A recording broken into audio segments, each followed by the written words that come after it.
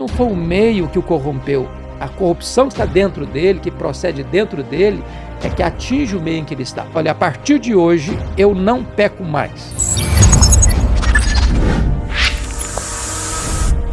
Meus amigos, vem comigo aqui na bênção. Eu vou mostrar para você aqui esse vídeo do pastor Hernandes Dias Lopes. Ali o podcast tá muito forte, tá imperdível. Então você assista, deixa aqui nos comentários qual que é a sua visão a respeito desse assunto. E não sai sem deixar a sua curtida e sem se inscrever aqui no canal, tá bom? Você não vai pagar nada, vai nos ajudar aqui, na verdade, a trazermos mais conteúdos edificantes como esse aqui, tá bom? Vamos acompanhar o vídeo. Depois da queda, não há nenhum ser humano que não seja pecador. Todos pecaram. Nascemos pecadores.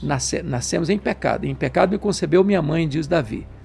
Então, o ser humano, ele... É uma condição, então? É interessante que o John Locke, filósofo, diz que o homem é uma tábua rasa. Exato. Uma folha em branco. Que o homem é produto meio. Ele estava errado. O homem não é produto meio. O meio é produto do homem. Como assim? Como assim? O mal não está fora, o mal está dentro. O mal de fora... A gente influencia o meio e Exato. não o meio. Por exemplo, é muito comum você escutar assim, um fulano não deve entrar na política porque o poder corrompe. Errado. Não é o poder que corrompe. Ele já tinha aquilo dentro dele. O poder revela os corrompidos. Faz sentido. Então, quando o cidadão ele se corrompe, na verdade não foi o meio que o corrompeu. A corrupção que está dentro dele, que procede dentro dele, é que atinge o meio em que ele está. É bem verdade que o meio também pode influenciar. Porém, afirmar que o homem é bom, como dizia Jean-Jacques Rousseau, também estava errado, que o homem é essencialmente bom, é um equívoco. O homem não é bom essencialmente, o homem é mau essencialmente. É mesmo? É mau essencialmente. A não ser que Deus o transforme, toda inclinação do coração dele é para o mal. Então, assustador isso, É né? assustador, mas é a verdade dos fatos. Eleição incondicional é que quem escolhe quem? É o homem que escolhe a Deus ou Deus que escolhe o homem? Não foi o homem que passou a amar a Deus primeiro e Deus então, em resposta ao amor do homem, passou a amá-lo. Não, Deus nos amou primeiro. O amor nosso por Deus é um refluxo do fluxo do amor de Deus por nós. Uma pessoa que foi salva verdadeiramente, ela está com a sua salvação garantida por Deus. Então não há possibilidade de alguém hoje ser filho de Deus e amanhã ser filho do diabo. Entendi. Agora tem Se eu aceitei essa graça, eu tô salvo. Está salvo. Se eu pecar, mesmo que eu peque, eu tô salvo. Vamos esclarecer isso melhor. Então eu queria entender isso. Depois da conversão, o homem é um filho diante de um pai.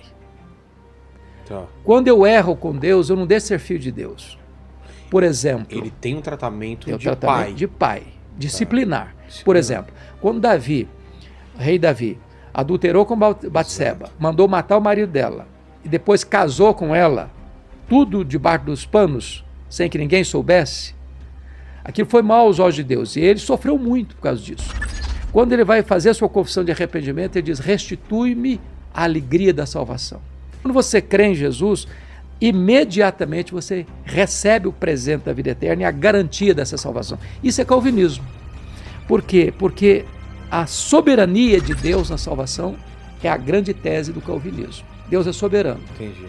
Na outra ponta, no arminianismo, é a ideia de que o homem não está totalmente depravado, que o homem pode fazer a sua escolha, que o homem é livre.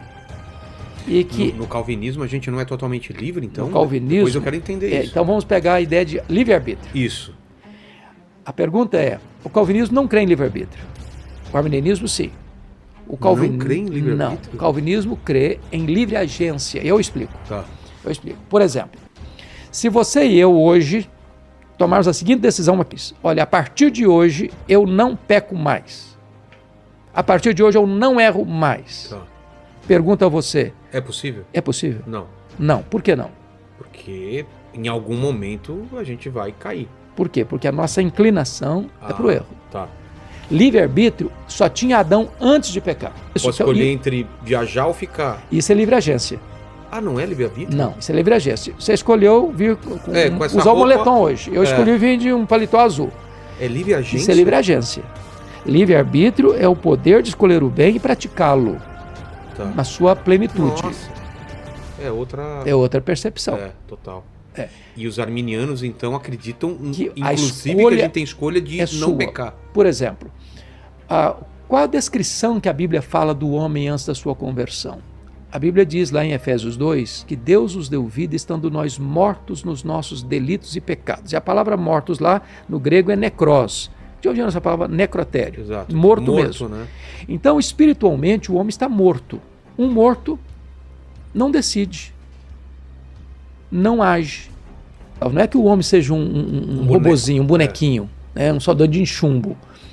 A soberania de Deus e a liberdade humana, a responsabilidade humana caminham com paralelas. Por exemplo, Deus requer do homem: arrependei-vos e crede.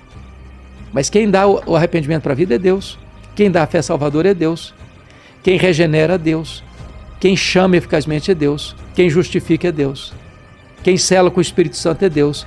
Olha, eu não sei você, mas eu concordo em quase tudo aí que foi falado nesse vídeo. Mas a minha visão a respeito desse assunto é que só o fato de Jesus Cristo ter morrido na cruz do Calvário, pela minha vida e pela tua vida, já mostra que o livre-arbítrio, ele é um fato, e já joga por terra esse conceito da predestinação, ou esse conceito de que na verdade não existe o livre-arbítrio e que nós estamos aí como marionetes no universo. Mas eu te faço uma pergunta e peço a você, deixa aqui nos comentários o que você acha a respeito disso. Olha, eu acredito em um Deus que é justiça, que é juízo, mas que é um Deus de amor.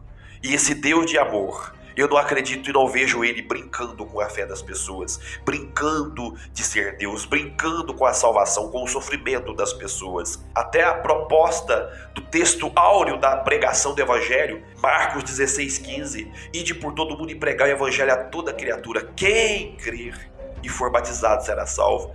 O fato de Deus ter colocado lá no jardim do Éden o fruto do conhecimento do bem e do mal e ter advertido: olha, se vocês comerem, já mostra que, na verdade, o ser humano tem o livre-arbítrio. Então, o nosso Deus, o Deus da Bíblia, ele é um Deus de amor. E eu não vejo uma pessoa que ama brincando com os sentimentos, brincando com o sofrimento. E essa é a visão que eu tenho a respeito dessa questão de quem acredita que não existe livre-arbítrio ou de quem acredita na predestinação. Se não existe o livre-arbítrio e se o resultado que temos na vida hoje é apenas uma determinação de Deus, então logo essa pessoa está dizendo que Deus brinca com o sofrimento das pessoas, pois quantas pessoas que não estão sofrendo nesse exato momento. Então eu não vejo assim. O que eu vejo são as atitudes do ser humano, que fez até Deus lá em Éden dizer: eu me arrependo de ter feito o homem, então por isso eu irei destruí-lo. E foi assim que foi e que aconteceu com o dilúvio. Mas uma família que ali acreditava e que buscava a Deus, essa família foi guardada pela arca. E assim eu vejo Deus fazer também através de Jesus Cristo. O homem que estava longe de Deus, o homem que estava se perdendo a cada dia, Deus envia o seu Filho amado. E agora todo aquele que o aceitar, tens o poder de ser feito filho de Deus. Então está aí. Esse foi o vídeo de hoje. Se você gostou desse vídeo, deixa aqui a sua curtida, inscreva-se no canal e ative o sininho das notificações para você continuar recebendo os conteúdos do canal. Que Deus te abençoe e até o nosso próximo encontro.